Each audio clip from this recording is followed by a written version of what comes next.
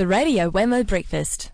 The best ideas are free with Ben Young from Bwaggy.com. BWAGY.com. Haven't forgotten how to say it, even though it feels like it's been a wee while. It feels like it's been months, but I think it's only been 1 month in reality. Yeah. You've been, you were in Queenstown last. Yeah. I think it happened, I was sick 1 week. Yeah. With a bit of the flu, which was going around. I was away. And then you were away. Yeah. Then I think it was Easter. Yeah. I think. Then I was away. Ships in the night. Yeah. So maybe that was just my holiday for the month. Yeah, maybe it was, yeah. Well, it sounds like you have been busy regardless, and yeah. We'll just get straight into our topic. Service as a product. Yeah, so what I wanted to talk today about was service as a product. And it might sound really, really simple, but it's about packaging 5 or 6 services together and calling it a product. Yep. And then people purchase that as a combination of services. An example would be like a complete broadband install. Normally when you get your internet installed, you get the complete broadband install kit. Yep. Something like servicing your car. If you get a car on lease, you might pay, or a brand new car, you might pay for a servicing plan for the first 3 years. Right. So that means whatever happens, someone's got you covered. Another couple of examples are accounting firms or getting your gardens done. You pay a fixed fee each month, and then someone comes and makes sure your gardens look good. So the difference with this is, and I think it's a real stepping stone for a service business, is that it distinguishes your services in your customer's mind as a certain product. Like with a complete broadband install kit, you're like, I'm going to get my broadband installed. Whereas if it was individual services, you go, oh yeah, I can plug in the modem, but do you guys just want to handle the wiring? Yeah. Right? Yeah. And from the service provider's point of view, having you do that makes it more prone to having mistakes made. True. And accounting companies do the same. They'd rather, instead of you buying their services piecemeal, if they can offer you a full solution and say, look, we'll do all your personal tax accounts and we'll do your end-of-year returns and we'll handle your GST, here's a fixed fee, it allows them to do the necessary work to get the product done.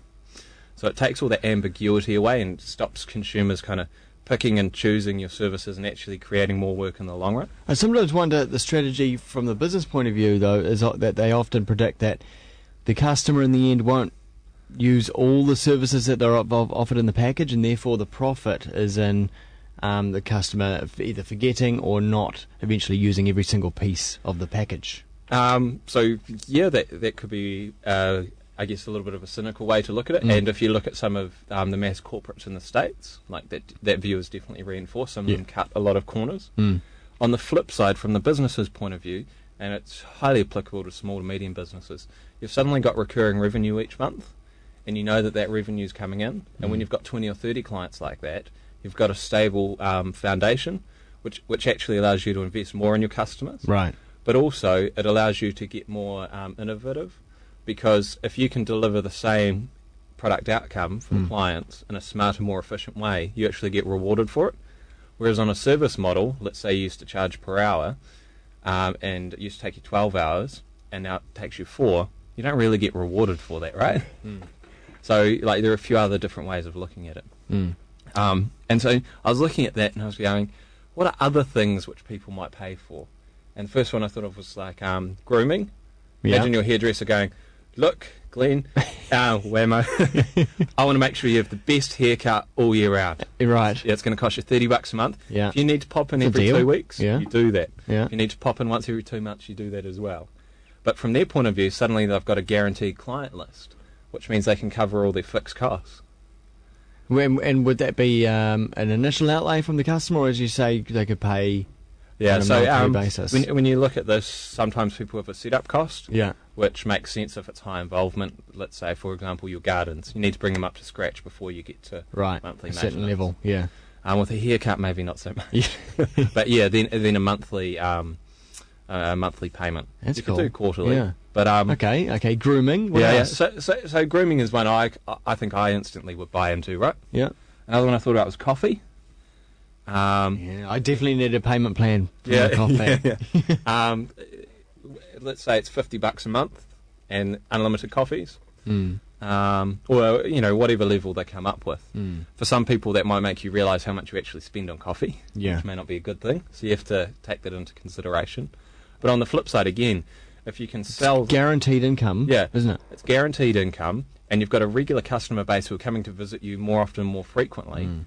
So you build better relationships with your clients, and there's much better potential to sell them on other things. For example, with the grooming one, say you're going in each month, suddenly you get to know your hairdresser a bit more, and they say, look, we now offer massages as well, and that's $40 a month. Yeah. Or, so it allows you to, bring up your average revenue per customer. This is also a good way for, say, charities to think about donations as well, right? Yeah. So really, really good as well. Look at a monthly fee and a whole range of services. Like maybe you get to be involved in their newsletter, some webinars, or a whole lot of other things. Or stuff that people can receive for free now, but that they have some kind of value in using. Say radio as an example, where you can consume it for free, but if you valued it, and getting some extra value out of that. Again, hugely valuable, and also it creates a different value proposition in the consumer's mind. They're more focused on the outcome. If you get let's say the grooming package, you're more focused on, okay, well, I can go in and make sure that I look good all the time. Whereas before you'd be going, oh, do I want to spend so much on a haircut? Yeah. So it changes that value perception. Just a great little example of services innovation that will help most small businesses. Service as a product. You can continue the conversation with Ben over on Twitter, twitter.com/BWAGY, and also on his website as well, waggy.com. See you next time. Cheers.